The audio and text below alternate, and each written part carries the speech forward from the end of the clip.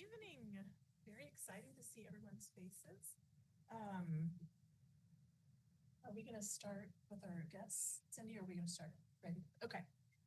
I'd love to invite you to join me for the Pledge of Allegiance. I pledge allegiance to the flag of the United States of America and to the republic for which it stands, one nation under God, indivisible, with liberty and justice for all.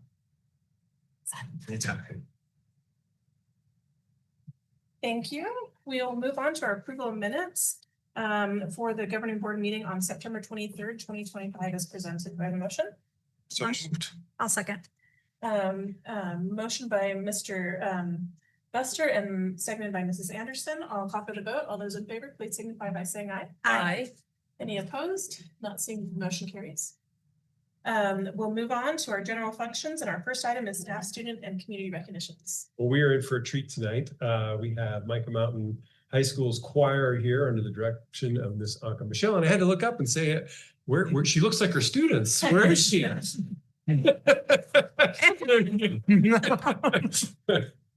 Miss Michelle, take it away.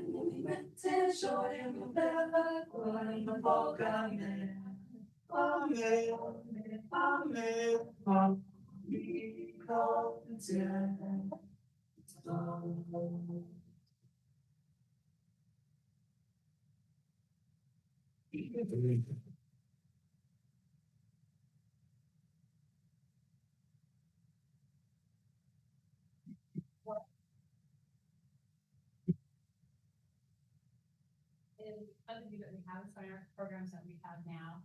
And I sincerely appreciate the monumental efforts of our board, Ms. Bianchino, and our principals for helping us grow these programs from the ground up from K-12. We have two more pieces. Oh, look, 7.5 minutes, Cindy Peterson. So that the first piece was Oh Manzanilla, Unrequited Love. A lot of music is written about that, especially in the 1500s. So anyway, that's all they sang about back then. Our second piece is called Seven Bridges Road, and our final piece will be Sound of Silence.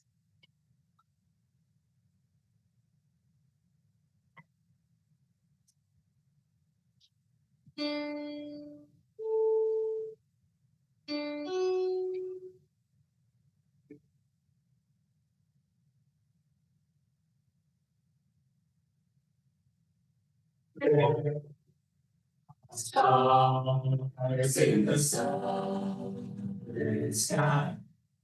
As you go,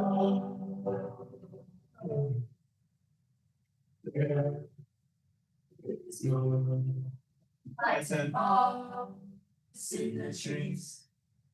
Down the sound bridge, yes,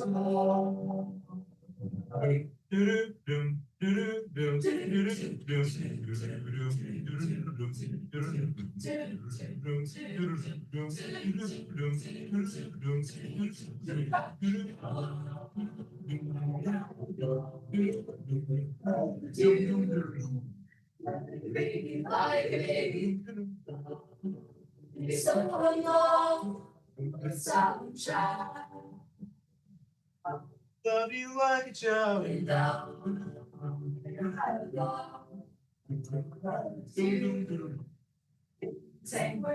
Same way you are.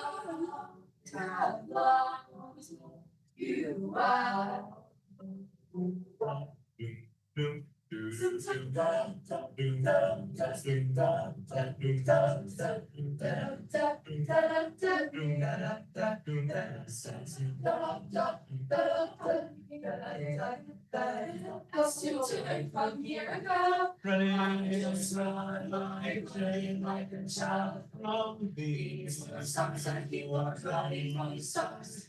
Listen and breathe. Tread slow.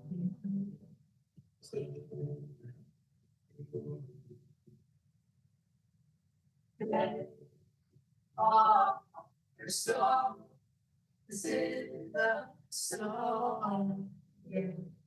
So if ever you decide you should go, oh,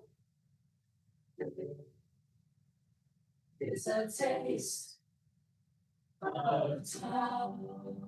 It's sweet and honey. Now the sound and rain slow. Now the sound and rain slow.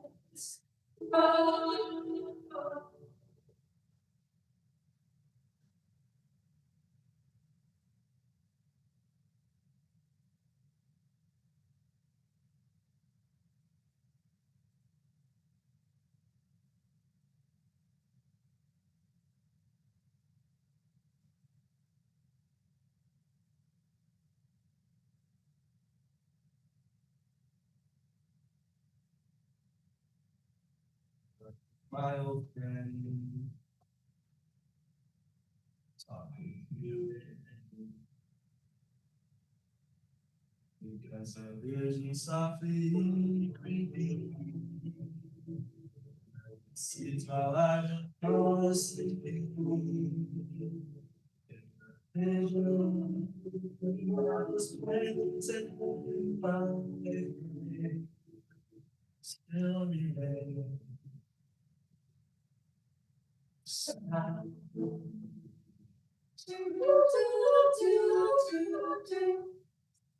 I walked along.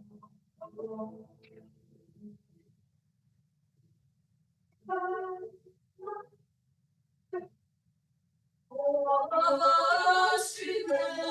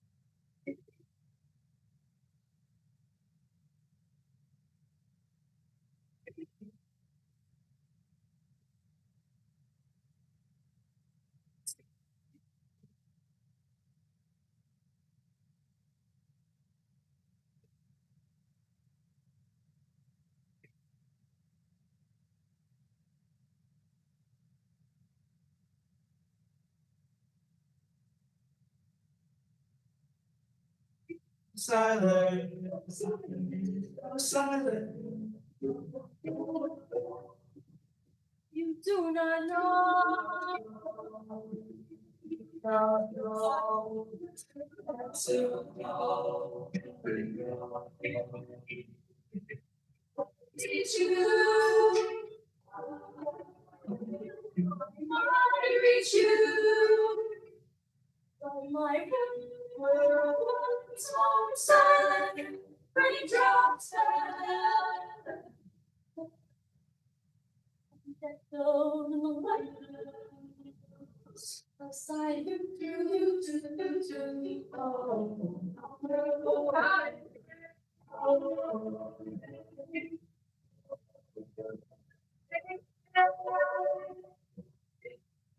the sun started this morning. Who knows that it was morning? The songs and the words of the prophets are written on the subway road. And silence also, and whisper in the sun of silence.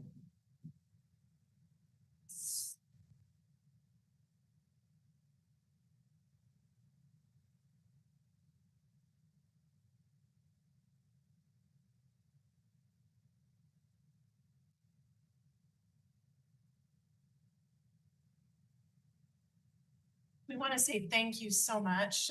Thanks for coming. Thank you for the parents for coming and supporting and for sharing your talents. We have these certificates to say thank you. Can I share those with you? Yes. Thanks. Yes. It was beautiful. Thank you all for starting our meeting in such a wonderful fashion. And Mrs. Pratt said it well. I'll just state it from my perspective as well. Thank you to the students and in particular the parents for being here in support of them.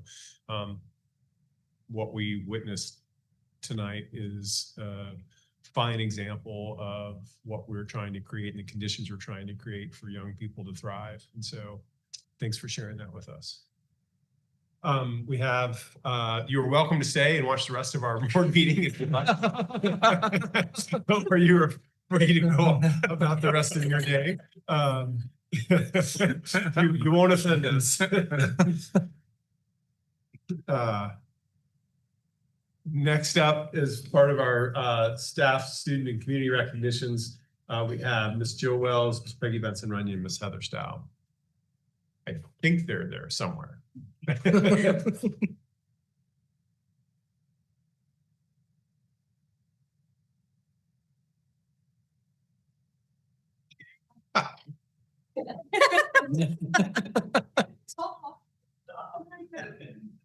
Let me know if you guys need a starting note. Or Yeah. we can find a middle C for you. Hold on, I got this. Good evening, President Pratt, members of the board, and Superintendent Cruz. We want to take a moment to share some highlights from Vail Family Connections Day 2025, held at Micah Mountain High School on Saturday, September 13th. This event showcases our partnership with the faith community and has been a source of support for decades, highlighting education as a community effort and serving our mission to engage, educate, and empower families. Numerous families, volunteers, and presenters came out to engage in a variety of informative and interactive breakout sessions and Fun Fest activities. Community programs, once again, provided exceptional free childcare throughout the morning. Members of our community and staff led a variety of wonderful breakout sessions. Parents learned new skills to add to their parenting toolkits. Topics included the anxious generation and recharging resilience. Families were able to make puppets, paint watercolor bookmarks, build STEM kits, practice mindfulness, and create succulent bowls. Attendees also had the opportunity to participate in a service project for the Southern Arizona Diaper Bank. The morning was filled with lots of learning, fun, and community connections. Many volunteers, both adults and students, helped to make this day a success. Their contribution was priceless in supporting the numerous tasks of the day. My co-chair, Jill, will share more. So our Vail Family Connections Day Fun Fest, which was indoors this year, Started off with a free hot dog lunch prepared by some fabulous husbands. Craig Anderson, my husband, Peter Wells, and a fabulous son, Carson Runyon. Also with the BFC committee and our student volunteers.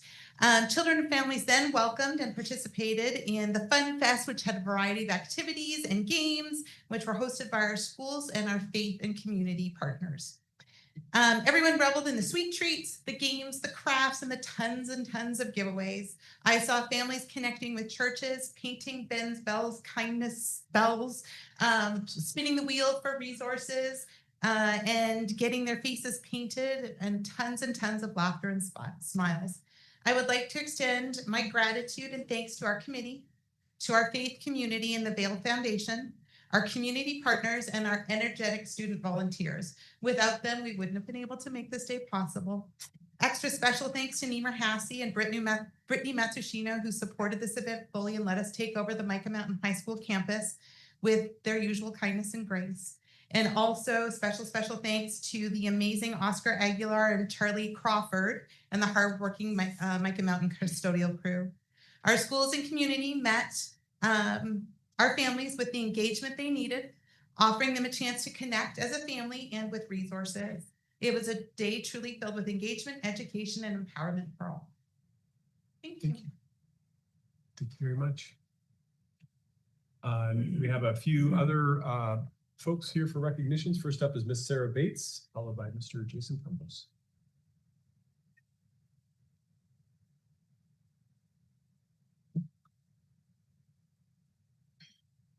President Pratt, Superintendent Kruth, and members of the board, good evening. Tonight, I'd like to recognize Ms. Sam Demet, the principal at Ocotillo Ridge. She is helping us to support hosting a story school through a partnership with Make Way for Books, which helps us to offer a free early literacy partnership class for our community.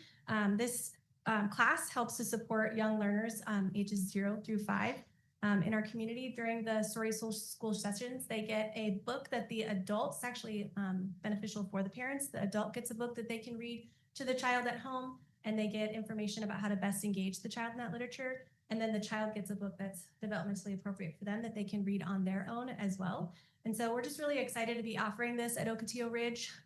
We have 10 spots available, and they are all filled, and they were filled pretty quickly. We had 2 last night, and then now we have a wait list. So I feel really bad, but it's exciting to have this really neat opportunity available. We've built a pretty cool classroom environment around it, and the Make Way for Books teacher is super honored by the space that we're providing for her and the opportunity that we're able to provide to the families. So I just want to thank Sam for opening up her campus for us to be able to offer that to our families. Next up, I want to recognize our district health aides. This within the first 45 days of school, they're required to do screenings for all children in kindergarten through 8th grade. I asked Christy Wissinger for an approximate number of screenings that we did this year, and she came back with an exact number of 10,717 vision and hearing screenings within the first 45 days of school. There's recently been some change in state requirements that require us to screen kids a little bit more thoroughly and to do data entry at a level that we've not previously been called to do. So there's been an extra effort put into this and to make sure that we're meeting those requirements and screening kids properly so that they can be ready to learn every single day. So I just want to express my appreciation for our health aides because that was an extra amount of work this year that they completed with great heart. So. Lastly, I want to recognize 6 members of our community programs team who presented for the first time at the BT Super Conference. It was really special to have an early childhood education presence there. We had Francisca Lamonaco, Marcia Zadarian, Lynn Lake, Debbie Bryson, Terry Akers, and Brittany Davis. And they presented everything from PBIS practices to early literacy, behavior management in the preschool setting, and so on. We got a lot of really great feedback from our participants and had over 50 people participate in the sessions that they offered. Super excited to just have a presence at BT Super Conference and to be able to support those school districts that we already support through BT, but through early childhood education. Thank you. Thank you. Mr. Campos, followed by Mr. Chesbrough.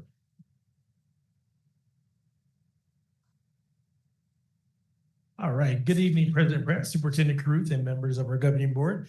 For kick it off tonight for Acacia, we want to recognize 3 teachers on our campus Hillary Horner, Nikki Higgins, and Jackie Ardiano for starting our first Acacia cheerleading team. Started with Hillary Horner, who had this kind of whim of an EEP plan that she wanted to do it, but we had an overwhelming response of our student body, so she had to recruit 2 more teachers to do that. So they do cheers at our assemblies now. This Thursday, partnering with Cienega High School, we're going to take our cheerleading team over there. They're going to cheer the first half with Cienega cheerleaders during the JV football game. So making that power of connection. So I want to shout out those teachers, but also Principal Middleton and her team over there at Cienega for making that partnership with our Acacia Cowboys. We're calling it Acacia Bobcat Night. We're going to make some shirts and have a lot of fun with that. So hats off to those teachers. And then also want to recognize Sean O'Daniel from our maintenance and facilities. With all this heavy rains, we're getting a lot of things going on campuses. We sprung a little leak at Acacia on Sunday night. We called Mr. Daniel. He met me there. It's 5:30, 6 o'clock at night. Took away time from his family to get the classroom ready and making sure it was good for students the next morning. So hats off to him. I know his phone is like our phone. They're always on. So really appreciate his effort to coming down to campus on a stormy Sunday night. Thank you, guys. Thank you, Mr. Campbell. Mr. Chesbro. President Pratt, Mr. Kruth, members of the board. Our first BT Super Conference 15 years ago had 45 people attend. Fast forward 15 years later, and we were up over 700 people at max capacity in the room from 60 organizations all across Arizona, including some school districts that actually flew in from Wyoming and New Mexico. So it was just a great day in general. Appreciated the support on that. We got a lot of survey results. I have a lot of notes about what went well, maybe some areas that we can improve upon. I threw them in a chat GPT and I said, hey, what are 5 themes from the day that you can share just in terms of what went well? Number 1 was the inspiring keynote. And if you were there, he was fantastic. Number 2 was just the variety and quality of sessions that people could attend throughout the day. Number 3 was just collaboration and connections at the conference. Number 4 was overall organization and just the atmosphere of the day. And then number 5 was just the overall experience. People really enjoyed their time. Mr. Buster, I saw you dance on the red carpet. Yep, that memory lies in my brain. I appreciate that. It's just a really good chance, good PD in general. So I'm not going to go person by person thing, but there's just some groups that I want to say thank you to.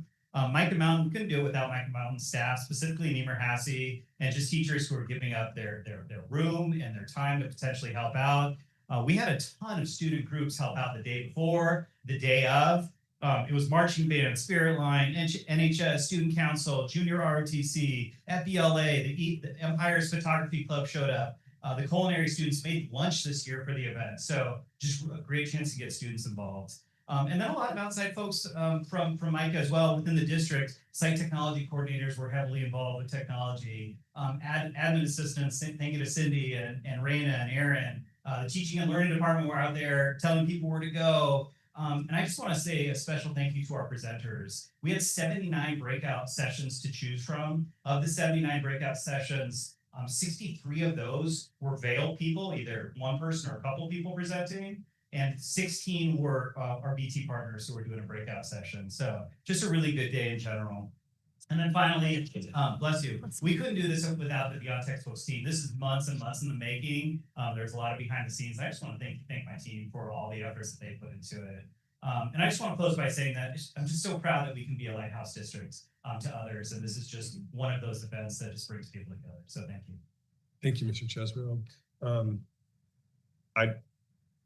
For my recognitions, I simply want to say thank you to you, Mr. Chesbro, for leading that group and creating such an amazing lighthouse moment for our district and for all of those other entities that attended here. We were speaking in our leadership meeting earlier this morning about the incredible impact that the BT Super Conference has become, and it's one of the leading education professional development days in Arizona now. And who knew that 15 years ago, all 45 people could have shown up to Mrs. Bates's preschool session, and we would have been just fine. The day was exceptional. And one of the challenges, especially for smaller rural districts, is to have an example of what excellence looks like. You think you're doing well enough, but what does excellence look like? And when they arrive here and we literally roll out the red carpet for them and every detail is nailed down, and everything is organized and well run, the example of what excellent looks like rises. And so I just simply want to say thank you to Mr. Chesbrough and his BT team for creating that example for so many. So it's just an incredible day. Another example of being a lighthouse school district also occurred over the break. The week after the BT conference, it was on the Wednesday in the middle week of break. We had the Power School University group here that was hosted by our student data team, or SACE data team, under the direction of Norm Purdy, Esther Lubin, and their team. Much like Beyond Textbooks, that group supports schools across and districts across Arizona with their student information systems team. In this case, those that were using Power School, but as we know from a data standpoint, if you don't get the student information and data correct, you're not getting paid. I mean, it is a foundational component of what all schools and school districts need, and it can be sometimes unnecessarily complex. Our team is one of the leading experts in the state for that, and we contract with others to help other districts to help them manage that information. They held a conference in conjunction with Power School. We had 300 attendees, over 100 schools and districts came. There were 50 unique course offerings that day, catered to the roles of office clerks, to school administrators, to school finance across Arizona. So just want to give a shout out to that team for, again, creating an example of what excellence looks like, and simply sticking our hand out and saying, hey, how can we help? How can we link arms and be better together? So that's all we have for staff, student, and community recognitions this evening. Thank you. Our next item is call to the public for items not on tonight's agenda. I do have one request to speak from Mr. Mark Tate.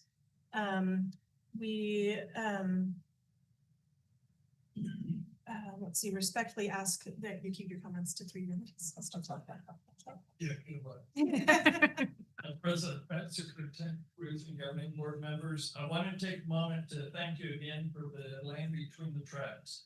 One of the district's goals for the land is to be a hub of intersection between school and community. The area will serve the broader community, promote partnerships, and have wide district and non-district, also place where learning occurs. So on Saturday, the first day of fall break, September 20th, 4 to 7 p.m., we had our 3rd annual free book block party.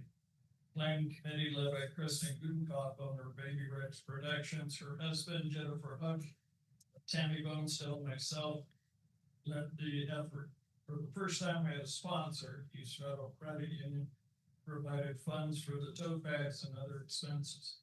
We had 17 organizations attend, provided free activity for the children to enjoy while learning the fun of reading. Throughout the 3 hours, we had reading space where people were reading to the children. And in several cases, it was the actual author of the book doing the reading. This year, we estimated we had about 300 children who had fun with various activities. They were able to pick out new to them, but likely used children's books to put in your personal tote bag, which each of you have one of those. Take a black magic marker and write your name in there, just like the kids say. We have a variety of businesses and organizations such as Friends of Ann Gibson Library, Creation School, Aqua Baby, First Things First, 4 Arrows, Living Branch Church, the Bell School District, White Boxer Bots, and the Bell Community Programs, just to name a few. We even had Santa come visit us, thanks to the Red Sleigh Toy Run. And of course, we're pleased to have the local Sheriff's Department, Marine Combat Lake Fire Department, attending as well. indeed a fun time for everyone and a reminder of the Bell School District motto, where education is in the effort. Thank you.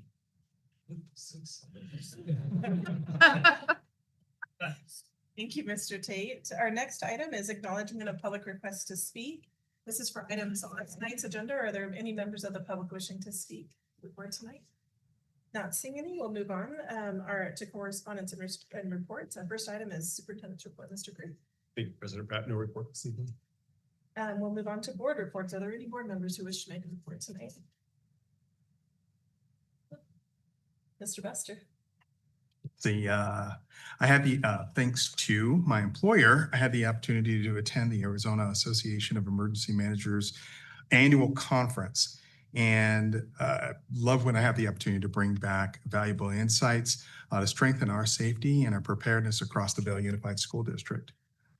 Also, along with Mr. King, Ms. Anderson, Mr. Caruth, and Mr. Hurley, I participated in the Vail Unified School District's Beyond Textbooks Conference, exploring innovative strategies to enhance global student success and district-wide collaboration. It was really phenomenal. So hats off to you, sir. Let's see, on Saturday, I joined with a bunch of community volunteers at the Corona Day Tucson Community Alliance's Adopt a Road Cleanup event, beautifying the roadway areas around our Sycamore Elementary and Corona Foothills Middle Schools, and supporting Vail Unified School District's commitment to community pride. And the following week, on October the 4th, I joined several volunteers from the community at the Corona Day Tucson Community Alliance Make a Difference Day event, a little early, but we got the opportunity to clear a bunch of invasive foliage as well as nuisance vegetation to enhance safety and curb appeal around the pathways to our Vail Unified School District schools. That's all I have to report. Thank you, Mr. Buster. I appreciate that. Just real quick, I thank you to Mr. Chesborough and everyone at Beyond Textbooks. I will second the speaker that spoke. Like that was he was phenomenal. But just being there and seeing everyone and just the feeling there, it was just great to be there. And so thank you for allowing us to be there. And then Mr. Campos, is he still here? I like, thanks for clearing up. I was like volunteering at Cienega yesterday. I saw all these cute little elementary cheerleaders from Acacia, and they all had their Acacia shirts. They must have been practicing last night. And so I saw all these parents with their cheerleaders, and I, as I walked, because I was volunteering in a different area, they were over there with the cheerleaders, like meeting them and practicing. And it just was such a cool moment to just watch these really, really little ones and how they look up to these, these older high schoolers. And so I love that partnership. It was just so cool. So I was kind of wondering what was going on anyway, but just grateful and just welcome back to everyone, families, teachers, staff, this week for K-8 and then obviously last week for the high school. So thank you. Thank you, Ms. Anderson. You're good? So we'll move on to our consent agenda. All items listed below are consent matters and will be considered by one motion at this time. There'll be no discussion of consent items. Any board member may remove an item on the consent agenda by request. All items not accepted and approved as part of the consent agenda will be considered individually. Are there any board members who wish to pull an item? Mr. Crick? Thank you, President Pratt. Members of the board, it's recommended that the Vail School District Governing Board approve all items on the consent agenda as presented. Okay, I'll accept a motion. Make a motion to approve the consent agenda. Thank you, Mr. King. I'll second. Mrs. Anderson. I'll call for the vote. All those in favor, please signify by saying aye. Aye. Any opposed? Not seeing it, the motion carries. We'll move on to old business. Our first item is 2025-26 and 26-27 district goals. An action item, Mr. Ruth. Thank you. This was studied at the last meeting. This is bringing forward our district goals. Mr. Ethan Hurley can speak to them again and provide a little additional background. Just a matter of providing some context.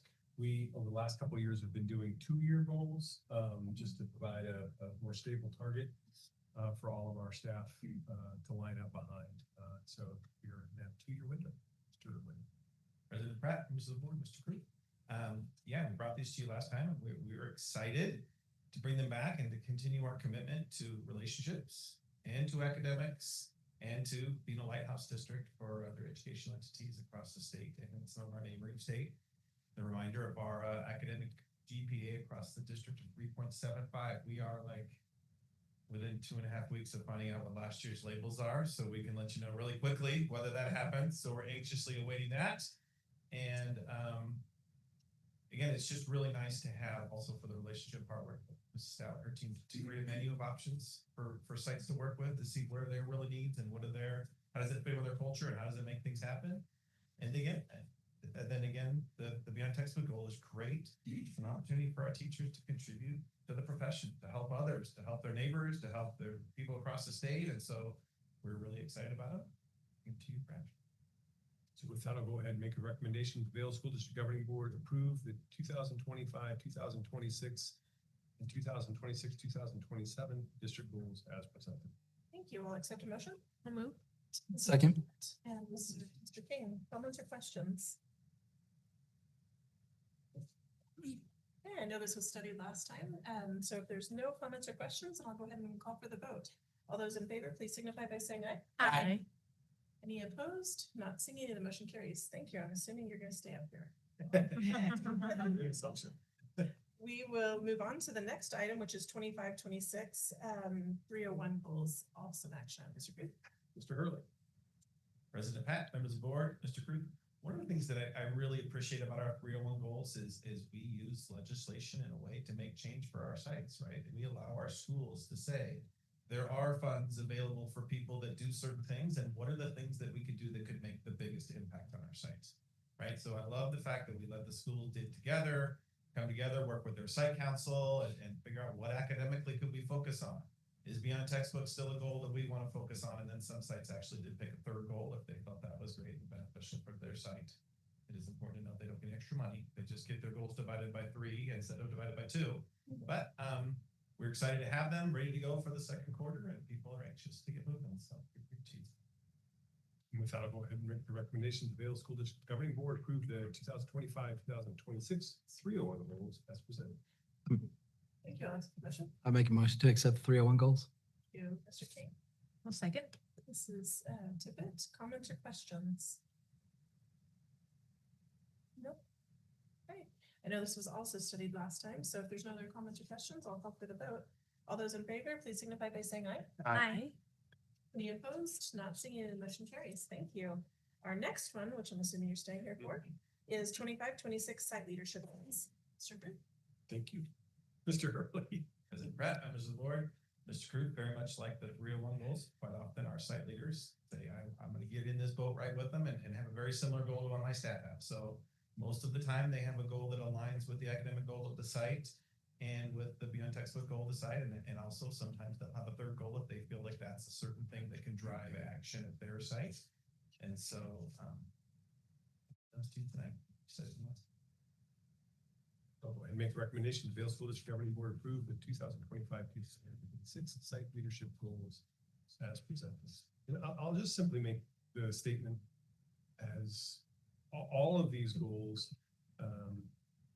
are incredibly meaningful for us to line up behind what we're hoping to achieve, what our aim is. They just provide clarity of the target for which we are pursuing. And so it's easy to kind of click through all 3 of these things, but when taken in conjunction, when taken as a conglomerate together, they really do provide the target and roadmap for us for this academic year. Thank you. So we have a recommendation. I'll accept a motion. I'll move. Mrs. Tippett. Second. Second by Mrs. Anderson. Comments or questions? I know that we kind of went through these a little bit quickly. They were studied last time, but I just want to say thank you to all those who took the time to really be thoughtful and meaningful in creating these goals. All 3 of them, actually. And I love being able to see them just really personalized for each site and really thinking about what benefits the students. So if there's no other comments or questions, then I'll call for the vote. All those in favor, please signify by saying aye. Aye. Any opposed? Not seeing, the motion carries. Thank you. Are you staying up here? Yes. We should get your stool. We're gonna move on to new business. Our first item is the review of current literacy instruction in K-5 classrooms. An inform item, Mr. Cruz. Thank you, President Pratt and members of the board. I think Mr. Hurley's going to phone in a friend though and help with this one, but I just want to tee it up a little bit. We do site visits and tours, and we're walking through some of the classrooms at Esmond Station, and we're seeing some of the early literacy pieces in action. There's a good reminder of what we're doing, and just wanted to present an overview of what that looks like now with our K-5 reading process, 1, and 2. I think it's just really important for us to keep on the agenda, both for the board and the public, to understand the importance and focus that we place on academics and the incredible work that goes behind that, whether that's happening in elementary school or across the spectrum in middle school and high school as well. So with that, I'll turn it over to Mr. Hurley. President Pratt, members of the board, Mr. Crew. Paying attention to research and brain and teaching and learning and what is the current latest, greatest advice out there is really a crucial part of what we do in our department. And also then to create a plan for how do we train teachers on this? How do we get this out to the group? Like the average second grade teacher should just be teaching the heck out of second grade and not have to read master's thesis on research on how the brain develops. That's our role in the department, and we take it very seriously. We work really hard on it. And I will tell you that Linda Rice, who you're about to hear from, is not only much more well-versed in this than I am, but she is just flat out a blessing to our district. She was an amazing teacher. She was an amazing SAT, and she was an amazing assistant to the principal. And for the last 5 years, she has just really dedicated herself to making our teachers better and to making things better for our kids, and has created some stuff that we are really, really proud of. You saw some of it in action, I think, the other day at Esmond Station. But we're excited to share with you just how purposeful she was in creating it and working it and training it and getting people up to pace. So with that, I will let her start. Thank you, Mr. Hurley. President Pratt, Mr. Cruz, members of the board, I'm excited to share with you an update on our structured literacy practices here in Vail. I'm going to start off our presentation though with a little science lesson on because there is a science to teaching reading. And so what is the science of reading? It's a body of research that investigates how children learn to read and what instructional approaches are most effective. So researchers have gone together looked at decades of research from education, psychology, linguistics, and neuroscience to see what is happening in the brain as children are learning to read. And what they found is that reading is not natural. It's something that has to be taught, like riding a bike or learning a musical instrument. Our brains aren't hardwired for that. And for some children, reading comes quickly. It's natural, or it takes more, comes quickly for them, but others, it takes more time.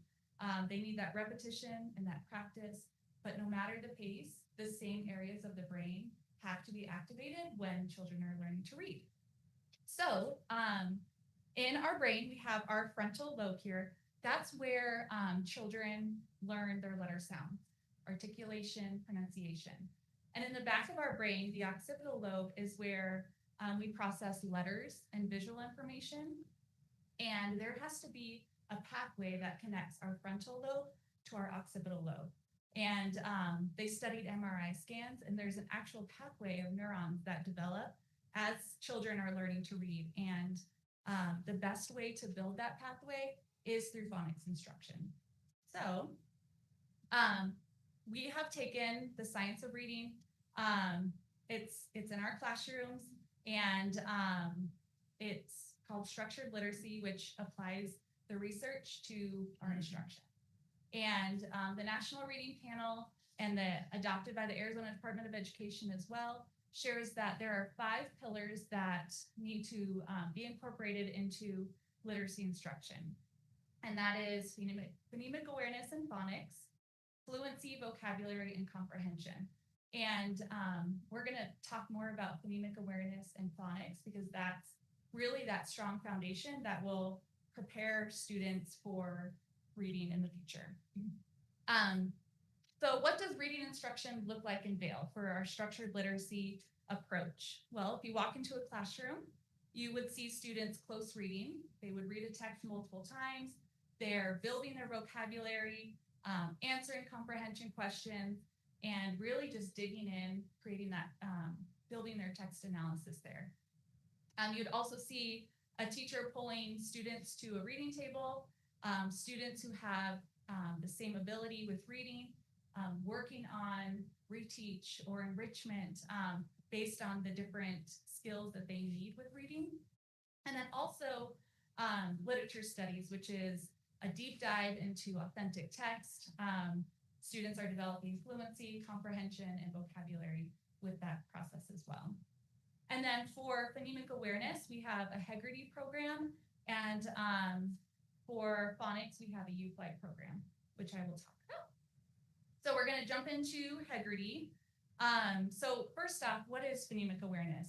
It's the ability to hear, identify, and manipulate individual sounds. So we said that phonics is what builds that pathway in our brain. That pathway can't be built. Phonics will not be effective if there's no foundation with phonemic awareness. So, and oftentimes the most common source of reading difficulties is having that poor phonemic awareness. So you'll see some of the skills there on the screen, but these are all auditory skills that children participate in. If I give them the word cat, they have to identify the first sound or the last sound. Or if we take away the k and replace it with a, what's our new word that we're making? So being able to hear that and manipulate those sounds builds that foundation for phonics instruction. So the last 3 years ago, we implemented a program called Hegarty, and it is a scripted program that's done whole group for 10 to 12 minutes a day in our kinder through second grade classrooms. The lessons are engaging. They incorporate all of the skills that students need to build that foundation. And what's neat is as we've implemented this, there are still students in upper grades who have gaps with phonemic awareness. So we're able to use this same resource to help fill in some of those gaps as well. Megan Nolan and myself are training, have trained all of our K2 teachers, and will continue to train new teachers as we go. For phonics, phonics is the skill that teaches students how to build connections between sounds and letters. So it's taking what they hear and it's applying it to print. And without phonics, I love this quote, reading instruction is like trying to learn a game without knowing the rules. Phonics teaches students the rules of the language, giving them the tools to decode and understand words. So like that image on the screen there, it's that pathway that connects the two parts of the brain. So for our phonics instruction, this last year we adopted, it's called UFly Foundations, stands for the University of Florida Literacy Institute. This year we have put it in our K2 classrooms, and it is a whole group for 30 minutes a day, scripted phonics instruction. And what teachers love about the program is it already provides a scope and sequence of skills, and the skills build on each other and teaches teachers and students those phonics rules. During the lesson, students are reading text, they're writing, they're manipulating words, and all of that is laid out so nicely in this manual that students or that teachers have received. And I, myself and Megan Nolan have trained all of our kinder through second grade teachers, and then Jen Estrada from our Beyond Textbook team and myself, we are visiting all of our K2 classrooms. We did half the schools last quarter. We'll do the other half of the schools this quarter. And we're observing the lessons. Principals have been trained, and then just talking with teachers and getting their feedback and helping them to implement this consistently and effectively. And then again, this is a great resource for our English learners who might have gaps with some of that phonics instruction. So our EL teachers are using it. And then we also have some middle school teachers who have just individual students who need that foundational knowledge. This past year, we implemented UFly. We tracked our letter sound fluency data. We have in kindergarten kindergarten, our goal is for students to be able to read 40 words in 1 minute, or I'm sorry, 40 letter sounds in 1 minute. And you can see in the 2 previous years what that median growth score was, and then after implementing UFly, what that growth was this past year. So we'll continue to track our word identification fluency in 1st grade, and then our 2nd grade fluency data moving forward. And then just to wrap up, this is all coming about because we have our Move On When Reading legislation. And the Move On When Reading policy aims to improve early literacy by mandating early identification of reading difficulties, providing evidence-based reading instruction, and then retaining students who aren't on track to be reading at or above grade level by the end of 3rd grade. So it's our intent and our hope that in our K2, we have that strong, solid foundational reading that when students get to 3rd grade, they're no longer learning to read, they're focusing on comprehending the text and text analysis. So last slide, just a few takeaways. Our reading instruction is grounded in the science of reading research and incorporates those 5 pillars of reading. Teachers are helping to build that strong foundation with phonics and phonemic awareness. And then our goal is to just support teachers and build those confident, skilled readers. And with that, I will turn it back over to you for any questions or comments. Thank you, Mr. Roush.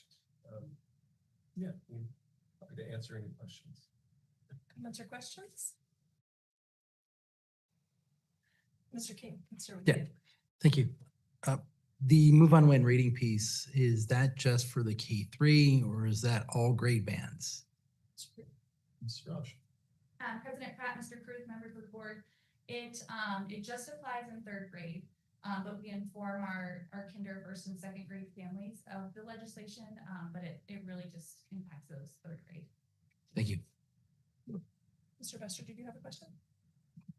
Kind of multiple. Okay, go ahead.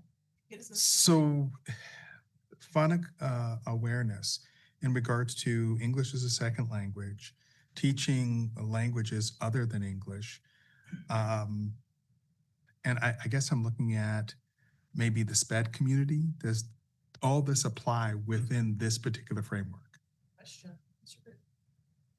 Short answer is yes. And then Mrs. Roush can dive into more detail. But much of the science of reading really has come out of those 2 communities, in particular special education. A lot of what you saw in the science of reading, you would have seen speech pathologists do for years in a more explicit way. And so the learning has come out of those communities and then broadened out. The research has come out of those communities and broadened out into what is necessary for all and beneficial for all children. Is that Excellent. Follow-up? Yes. How are you sharing this with parents? So when kids go home, they can repeat these opportunities. And again, with a diversified framework that we have within parents, is it well received? President Pratt, Mr. Carruth, members of the board, one of the neat things about first, just phonemic awareness is these are skills that can be incorporated at any point. You don't need the manual to be able to do these things. So I know teachers have communicated just some of those activities that will help build that. And then with our UFly Phonics, they have a parent resource that is sent home. Every lesson that they do has the words that they're working on, the skill they're working on, some extra practice that they can do at home. So that's also been shared with teachers that I know with my own children who are doing UFly, they share those resources as well. And in addition, we've had schools take on parent nights or incorporate this into when they have other activities on campuses that this is something come learn more about what that looks like as well. So You beat me to my next question, so thank you. That piece hasn't been mandated. We haven't required that, but the schools are taking it up on it. Excellent, thank you. Mr. Did you have a question? Mr. King? Thank you. will this be added to like next year's like Vale Family Connections Day as well as the BT Super Conference? Question, Mr. Good. Mrs. Roush. President Pratt, Mr. Cruz, members of the board, yeah, that would be awesome. If we were able to incorporate it, I think just bringing that awareness to parents and partnering them as to support their children, I think. Our teachers, the teachers who are responsible for the delivery of this have been or are being trained, depending upon where they are in the process. In addition, states requiring a reading endorsement. Probably have seen that. That's also based on the science of reading. So it's not and everybody if you're teaching reading it's K5 and it's elementary endorsement, right? Is required to have that by when 2028. 2028. So I don't know that it would be something that would necessarily be a topic for something like the BT Super Conference because everybody's engaged in this at that level. But certainly from the standpoint of how to partner with parents, that's something we're actively doing and seeking other avenues. Great. And frankly, one of the reasons we want to bring it to the board's attention and not just your attention, but those just make this more of a public conversation. Any other comments or questions? No. I was so impressed when we saw this in action when we visited Esmond Station. It was incredible to see just these kids, even just the kindergarten classes, and how it's impacting their learning and helping them. So great job leading this, and thank you for your work. If there's no other comments or questions, then we will go to our next item. Thank you for your presentation. Thank you. Our next item is RFP 26-002-30, sound, audio, visual, and staging for annual Vale Pride Day event. This is an action item, Mr. Groot. Thank you, President Pratt and members of the board. Item is as it states, it's a RFP for sound and visuals for our Vale Pride Day event. Just one note, as we get into that, Vale Pride Day is largely paid for by donations and fundraisers. So that would include the costs associated here. However, one of the largest costs now for us to transform all areas of the fairgrounds that are necessary for student performances across multiple venues, and also when we do our staff appreciation component, we've got 2,000 people in a room. Having good sound and good visual capabilities is really critical. So we've been engaged in that on a kind of a year-to-year basis. And it was Mrs. Linhart's and our procurement team's suggestion that we go out for an RFP for those services and try and do something that would allow us maybe a multi-year process for that on an annual basis. And that's what they did. They put an RFP together, put that out on the street in the typical advertising fashion, meets all of the requirements, the legal requirements to do so. There was only one respondent to that RFP, and that happened to be the respondent that we've used the last couple of years, Arizona SIN Equipment. After further exploration, their response was in line with industry standards. And so our group is comfortable moving forward with that. It would be for 1 year. This, if approved, would be a 1 year term with the option to renew annual for 4 consecutive years thereafter. Happy to answer any additional questions.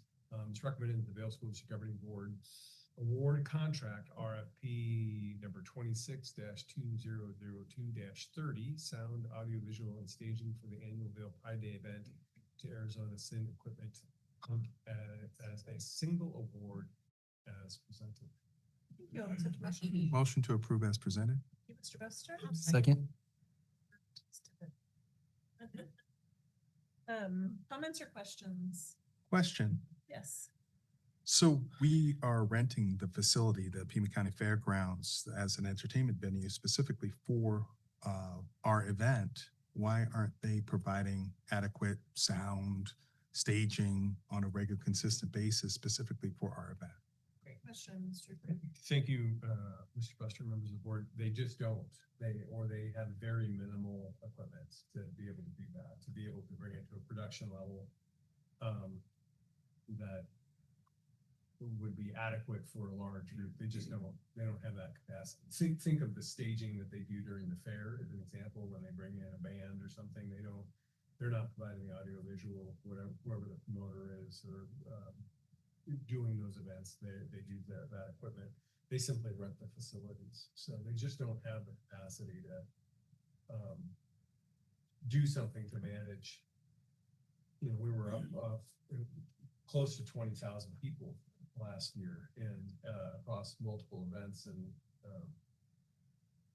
if you think about just the student performances that are occurring all day on Saturday, and the ability to project that sound in that hall, it just needs to have a level of quality. And for us, so that they just, I guess the short answer is they don't have that level of expertise and quality. So we have to bring somebody in, and we're functionally bringing them in for a 3-day event.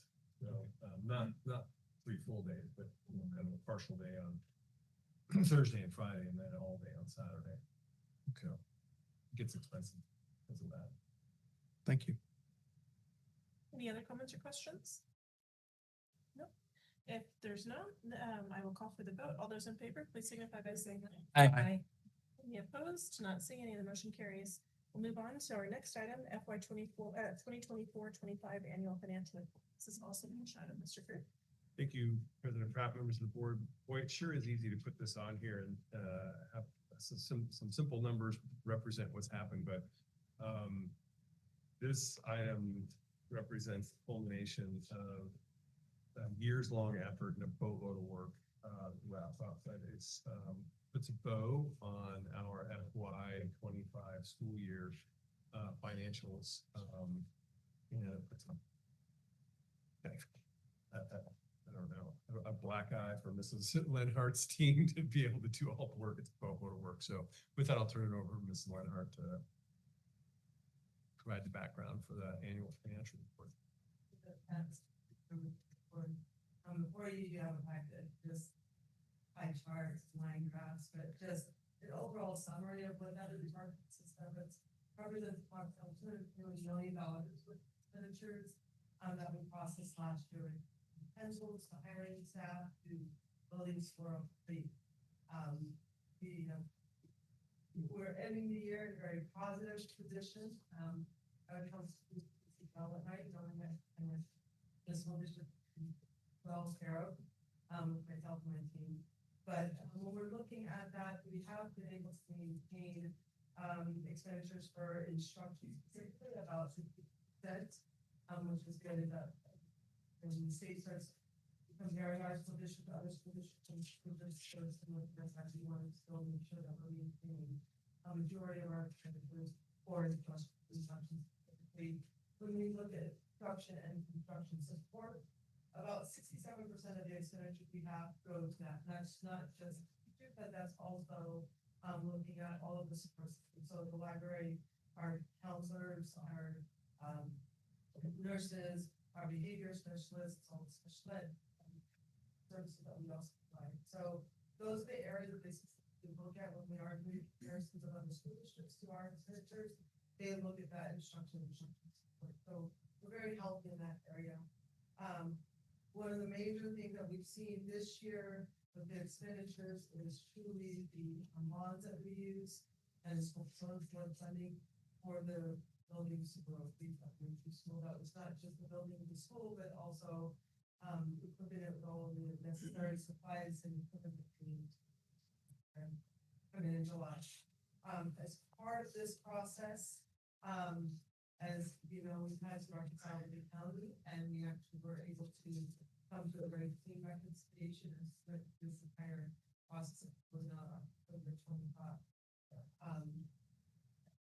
Before I give thank you, are there any questions the information which was provided, detailed report, not only the just the detail within every single one of our schools has a report also, has provided, which also required, these schools.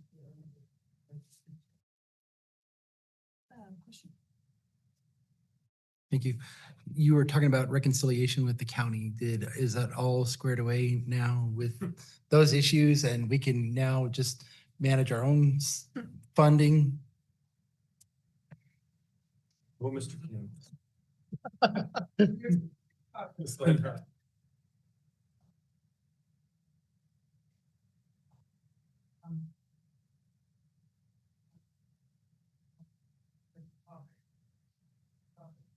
We will have to complete our fiscal year 29 audit, and that won't be done until probably the end of December.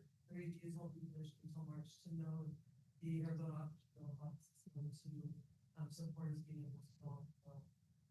However, making these, making these steps and reconciling with the county and knowing where the differences were and then being able to identify and do the additional research on their end has been very helpful. And so we're we close this year and we're getting ready for the final part of our audit. We're hoping that. Great question, Mr. Payne. All of us are wondering. Are we doing a roll call vote on this?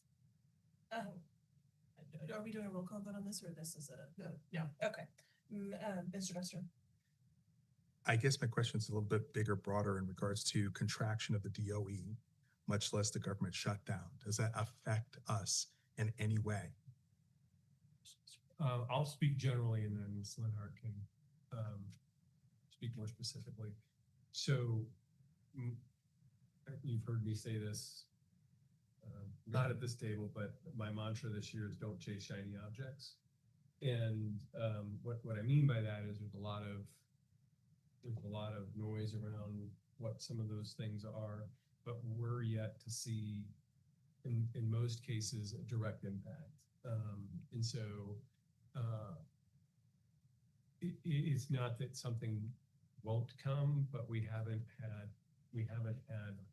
the impact yet. Most of the things that need to be reimbursed are flowing through the state and still available to us. Yeah. Ms. Lenhart, is that? And that's correct. And then also our federal grants and Title I and our IDA, those have already been committed. And so, so we are asking for reimbursement, depending to what our. And the reason I say don't chase shiny objects, and even last Friday, there were news of maybe cuts and some other things and what's going to happen, and then were they or weren't they going to happen? And I just what we're seeing at the ground truth is so far is that we're seeing the things flow that we were expecting to flow,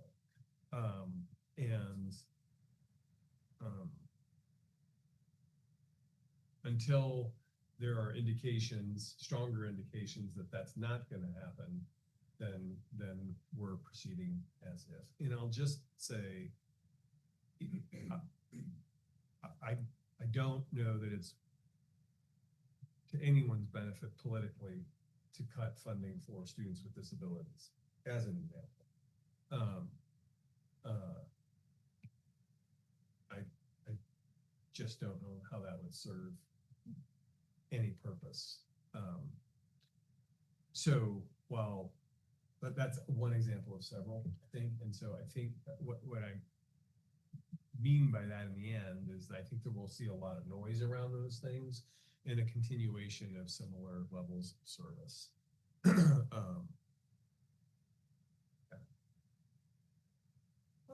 You have a follow-up question? Are you good? I think I'm good for the moment. Yeah, sounds good. Ms. Tippett.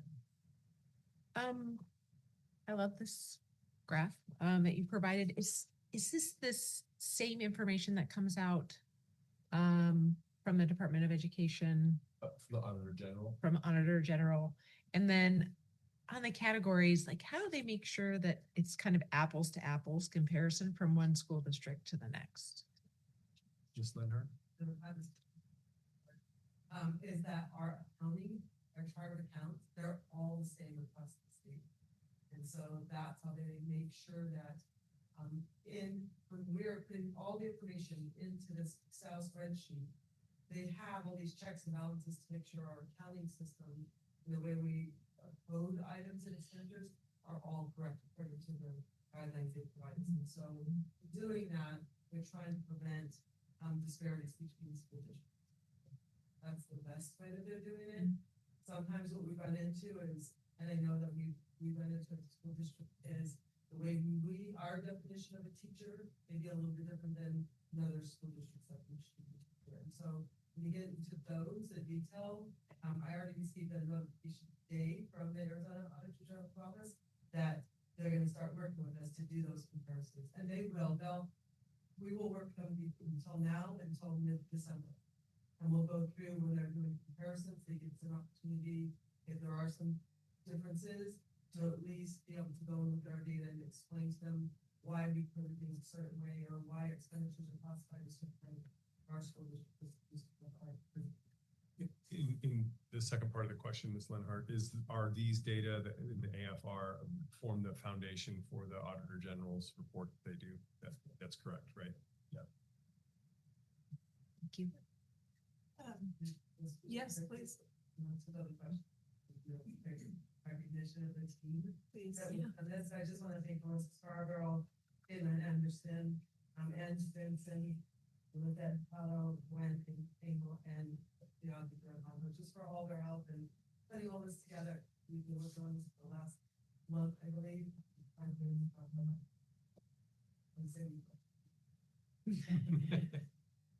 Well, and I would recognize you for leading the team. Yeah. You guys all just did an amazing job. So thank you. Really, truly, thank you. Do you want to make the recommendation or you? I will make the recommendation. Actually, I'm gonna let Ms. Lenhart make the recommendation. It's her baby. Go ahead. Ms. Lenhart. 2024, 2025 annual financial report as presented, also build the Arizona Department of Education and for publication of the Arizona Department of Education. Thank you. I'll accept a motion. Motion to approve as presented. Second. Hey, Mr. Bester, Mr. King. I know we did a little bit backwards, but are there any comments or questions? No. I guess I have one more Yes, in sure. regards to, and it aligns and it doesn't align. In regards to the lawsuit against the Arizona Department of Education, is there anything that we need to prepare for at this time? And I know it's still early and there's still, there's a lot of considerations that are left up in the air for 2024, 2025, and potentially 2026. Are there any preparations that we could do in advance specifically for that? Mr. Buster, just for point of clarification, are you referring to the capital lawsuit? Yeah. Yes.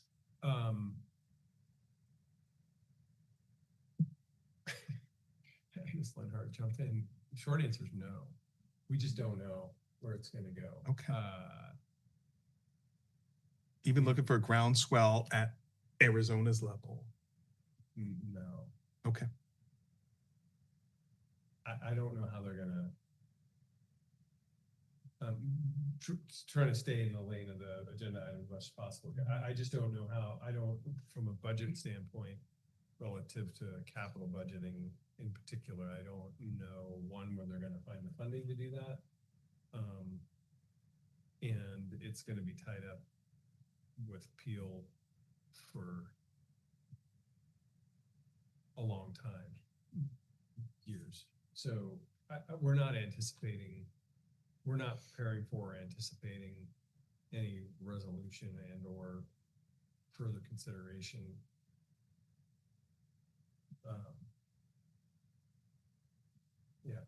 At this point, it's just not there. So, Again, in my head, I'm always looking for, we are uniquely in a school district that is not contracting. And in fact, we're expanding.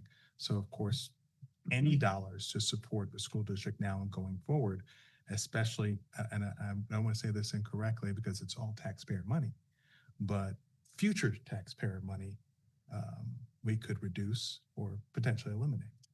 You know, the solutions to the capital lawsuit are gonna run into the billions of dollars. And that's not gonna be an easy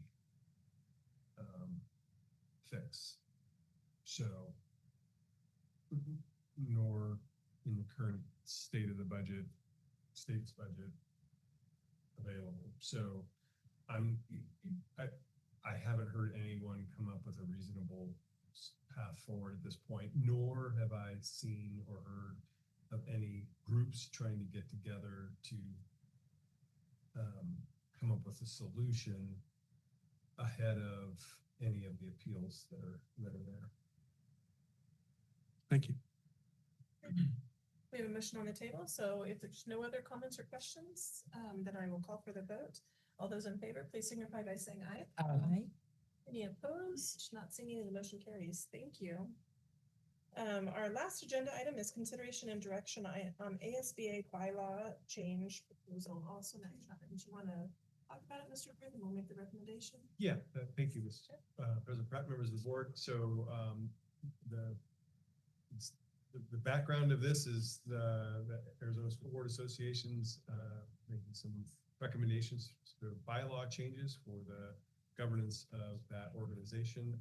I'll defer to Mr. Chris King because he's been leading that group statewide in providing guidance on what needs to be cleaned up and changed, improved upon, that's probably a better word.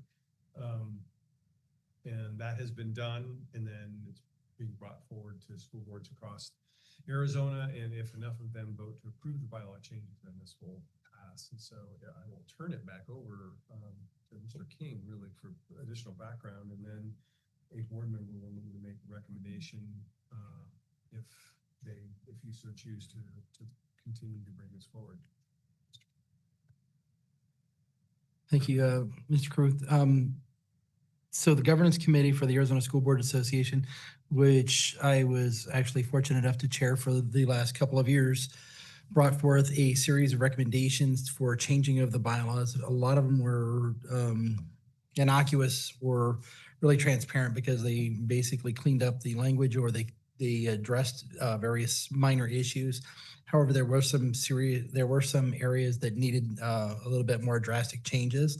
One of those was eligibility for office, and it actually clarifies who's eligible to hold office within the organization, meeting protocols, identifying who is actually able to speak at various meetings, representation regarding rules for county co-directors based on census data.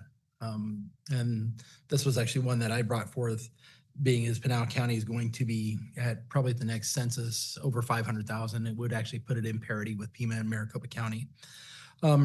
Additionally, there was some changes to the executive oversight, ensuring that the board of directors, which has representation in all 15 counties, not just the 4 executive committee members, got together. We were wanting to make sure that everybody had transparency and actually had a voice in actually ensuring that things were done accurately and in an open fashion, as well as committees and leadership, identifying who was going to be in charge of the committees, as well as who could actually be appointed to those. The recommended changes were actually sent to the board of directors at our law conference. This year, I was brought up and was able to field questions, and the board of directors unanimously recommended that all the bylaw changes that we recommended to the member districts be voted on and approved and passed out of the committee with unanimous approval. That said, I'm available for any questions regarding various bylaw changes or recommendations. Hey, what if we, if somebody chooses, what if we do a recommendation and then we can answer questions? Does that work? Mm-hmm. Okay. So does anybody have a recommendation? Let's do it. Yeah, I recommend that the Vail School District Governing Board approve the bylaws as presented for ASBA. Yes, and then there's just one other There's more. Further to appoint. Just to appoint Cindy Peterson. Oh, and then, in addition to appoint Cindy Peterson to vote for on our behalf. Thank you. I'll accept a motion. Ms. Anderson, do we have a second? Second. Mr. King? Comments or questions? Mr. Buster? I felt it was not only an honor, but it was a privilege to be selected by Mr. King and the rest of ASBA to represent the Vale Unified School District, and being part of their bylaws Tiger team / committee to go through every one of the bylaws and make sure it was consistent with what is best for our districts, what's best for our association, what's best for our educators, and what's best for our students. Having this opportunity to look at things from a 20,000-foot level and see the widespread implications of bylaws that affect all school districts that are part of the association throughout Arizona was just phenomenal. The cross dialogue, the different perspectives, how individuals across all different diversities see these pieces and yet come together for what is the best needs of each one of our students in our school districts was really phenomenal. And Mr. King was at the helm. He led the charge, but kind of agnostic to this is your piece. This is what you need to select. This is how you're empowered to make the association better for all of Arizona. So again, the privilege was mine, but I definitely want to give accolades where accolades are due. You go above and beyond each and every time, no matter what effort that you are supporting, and making sure it is a voice of the people. So thank you for your leadership. Well said, Mr. Buster. Thank you. Other comments or questions? Mr. King, thank you so much for your work on this. It's, I think, a really important work and much needed.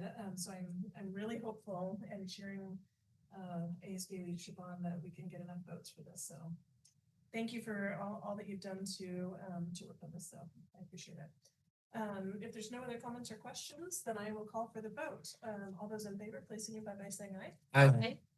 Any opposed? Not seeing any, the motion carries. Our last item is adjournment. I propose that we adjourn at 8:24. Do I have a motion? Motion to adjourn. All those in favor? Aye. Aye. Signify by saying aye. Aye. Aye. Wait, did we say aye? Yeah. Aye. Aye, aye, aye.